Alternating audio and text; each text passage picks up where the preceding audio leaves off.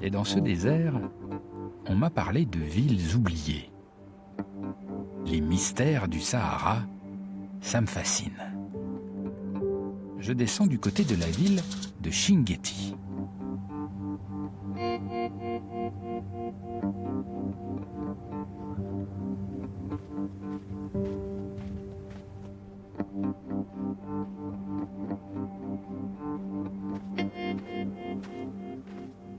En fait, la Mauritanie, c'est le pays des cités englouties.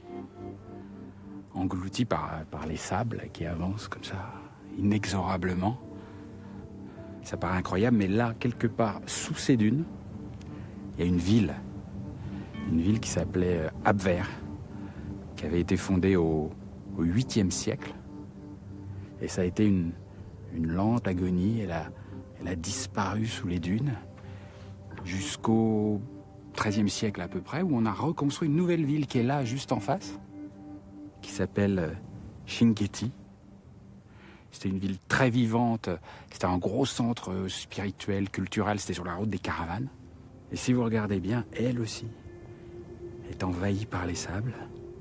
Et donc du coup, on a construit une 3e ville qui est là, la nouvelle Chinguetti. Dans les ruines de la 2e ville, l'ancienne Chinguetti, celle qui s'ensable inexorablement, il y a tout un tas d'indications qu'on ne s'attend pas trop à trouver là. Un peu partout, disséminées dans la ville et le sable, il y a des bibliothèques.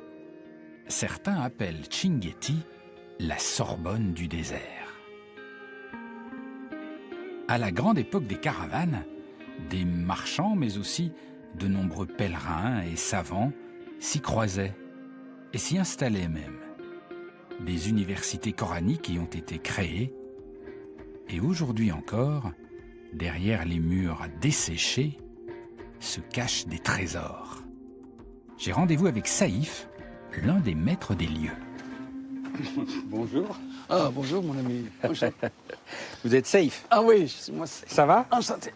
Oula, je vais vous aider. Enchanté. Vous aviez l'air très pensif. Enchanté, enchanté. J'essaye d'être un peu sage. C'est vrai? Et est-ce que vous réussissez? Je pense. C'est vrai? Je sais. Ah, donc j'ai un vrai sage en face de moi. On essaye d'être sage toujours. Mon Dieu. Enchanté. Ben, enchanté. Enchanté. Et alors, c'est votre bibliothèque ici? Ah oui, c'est chez nous, c'est la fondation de la famille Ahmed Mahmoud. On a le droit d'aller voir? Avec la clé ou sans la clé? Ah ben comme vous voulez, moi l'essentiel c'est que je puisse rentrer. Je pense qu'il faut y trouver une clé. Ah, c'est la clé, ça? Ah oui. Ah, mais elle est incroyable, cette clé. Mais elle date de quand, cette clé? 1264, au moins. 1264? Au moins. C'est dingue, ça servait de brosse à dents aussi ou pas? Non, sûrement pas une brosse à dents. On essaie? Oui. Bismillah. Bismillah.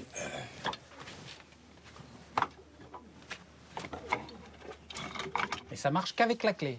Qu'avec la clé. Même si on secoue sans la clé, ça sans marche la pas? clé, il faut alerter le frangin qui doit démonter la serrure en cas de perte de clé. Sans la clé, c'est pas possible. D'accord. Mais avec la clé, c'est bien possible. Ah ouais. Et des mêmes clés sont toujours trouvables au Yémen, d'origine d'ailleurs, à côté au Maroc, ici, et même au pays de Gon, au Mali. Une touriste pense que c'est peut-être l'origine des cartes perforées. Ça m'étonne un peu, mais pourquoi? Et là, je peux entrer? Bien sûr, on va rentrer tous. Ça c'est la caverne au trésor. Mais attends que je rentre le premier. Ça va? Oui, c'est bon, c'est bon. Jusqu'à présent, c'est bon.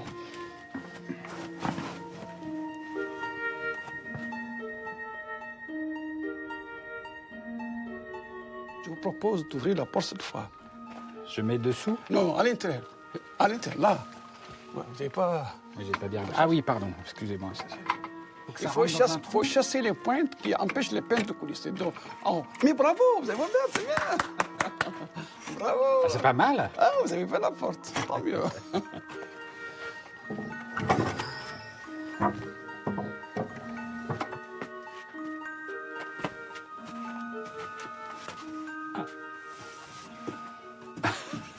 Et je m'attendais pas à ça. Oui. Je m'attendais à une bibliothèque avec des livres. Oui, les livres sont là. Les livres sont protégés dans des boîtes d'archives. Pour regarder contre la termite, contre la poussière. C'est une mesure de protection. Ils sont là, croyez-moi, ils sont dans des boîtes d'archives. Et je peux en voir un? Bien sûr. Mais il faut que je prenne mes gants. Vos gants, pourquoi? Oui, c'est dans le il faut préserver le patrimoine encore. Il ne faut pas toucher sans les gants parce que c'est très très fragile. Oh là là. Ça, c'est quelle époque? Celui-là, c'est un livre lithographié. Ce sont des textes gravés sur la pierre et pressés sur le papier. C'est l'ancêtre de l'imprimerie? Ah oui, à peu près. C'est l'intermédiaire entre l'imprimante et le manuscrit. Et là, vous avez un peu scientifique, c'est astronomie, ce sont les constellations, le cancer, la balance. Bien sûr, avant Galilée, avant Copernic, on savait tout déjà.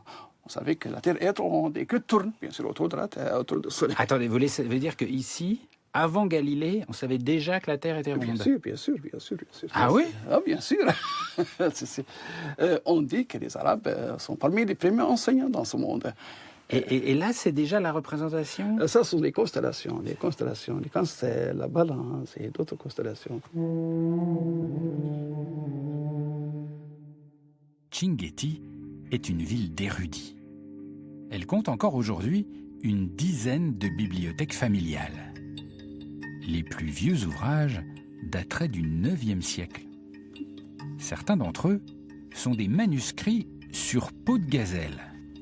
Il y a beaucoup de livres religieux, mais aussi de sciences, de littérature et de poésie. Bonjour.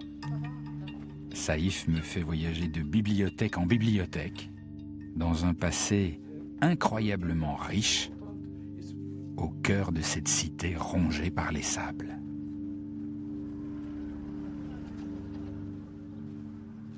Il y a beaucoup de sable.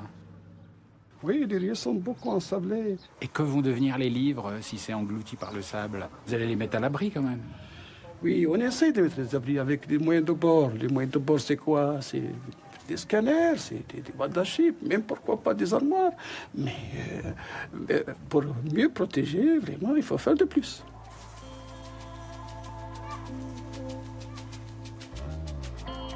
Le sable partout, tout le temps,